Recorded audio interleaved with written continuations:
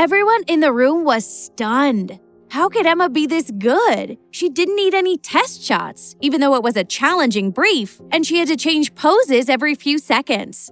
The shoot was just incredible. No matter what poses Scott asked for, Emma immediately responded with exactly the right poses and expressions. She was quick and expressive, and she drew everyone's attention with her spellbinding presence. Lisa watched the whole session from the side, taking her own photos of Emma to send to Eric. What she didn't know, however, was that Eric was on his way to Seattle right at that moment.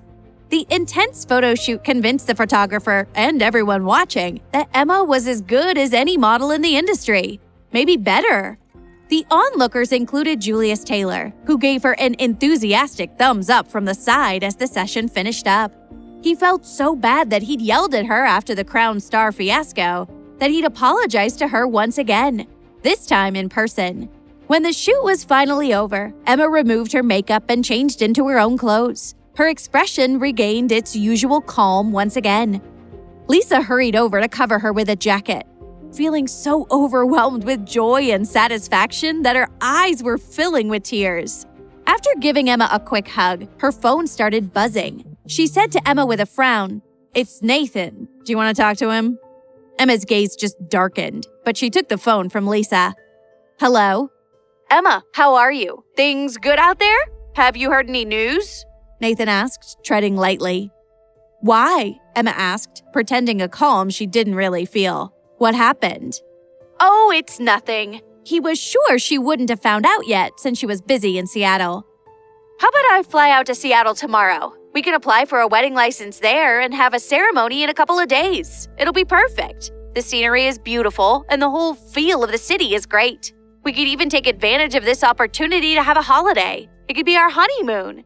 Nathan knew that Emma's family was very wealthy. They owned a famous perfume empire with sales in the millions of dollars. He also knew that they didn't like him and had practically cut all ties with Emma because of him. But in the end, she was still a Miller and would inherit a pretty penny someday. He wanted to hold on to her. She looked good on his arm, she was naive and easy to control, and she would someday be very, very rich. He wanted to make sure they got married before she saw the damaging video. When she realized that he and Amber had been intimate after all, she was sure to call off the wedding.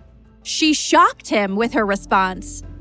"Given what's been going on between you and Amber, I don't think we should get married right now." "Emma, you know there's really nothing going on between Amber and me. I already explained what happened in those photos.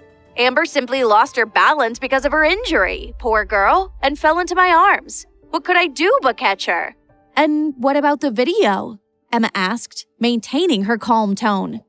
"I'm in Seattle, not out in the middle of nowhere with no Wi-Fi connection. Did you really think I wouldn't be able to see the news? Or that I would actually be that easy to trick?"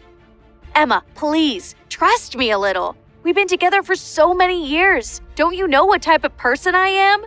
Don't you know that you're the only one I love?" "Then let's put it this way. One of us has to leave Global. It's either Amber or me," Emma said decisively.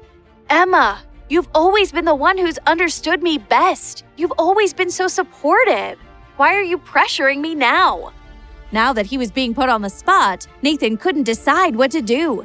Amber was the woman he genuinely loved, and she was pregnant with his child. But Emma had the means to make him a very happy man down the road. "If you feel like I'm pressuring you, feel free to go look for Amber. I'm sure she'll be very understanding."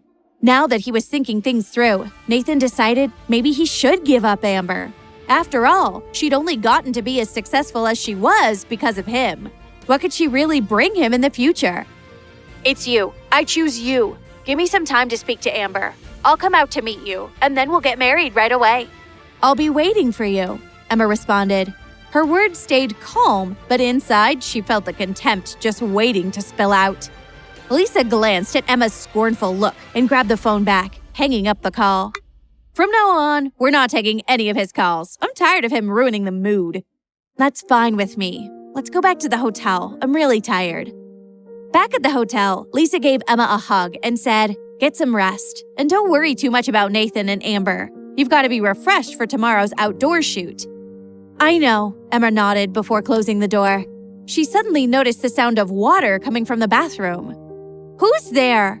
she asked in a challenging tone. Was her room being cleaned at that time of night?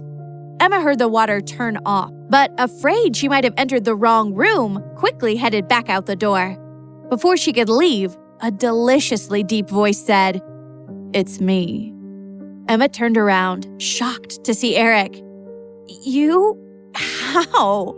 she stammered. "I was tired from my flight, so I decided to have a shower to wake me up." Emma's mind was in a blur. She had no idea he was planning to show up. She wrapped her arms around his waist. "My dear wife, should I remind you?" "It's so late," she said. "Do you still have to work?" Eric put down his work and motioned Emma to come closer. He smiled apologetically. "It's a habit. I can stop." "Am I not interestingly enough for you?" "Today Nathan called and said he wants to marry me immediately," Emma complained sadly. Hi, I'm Emma. Want to know my struggles? Then download the Pocketfm app and listen to the exciting episodes of The Billionaire's Accidental Bride now.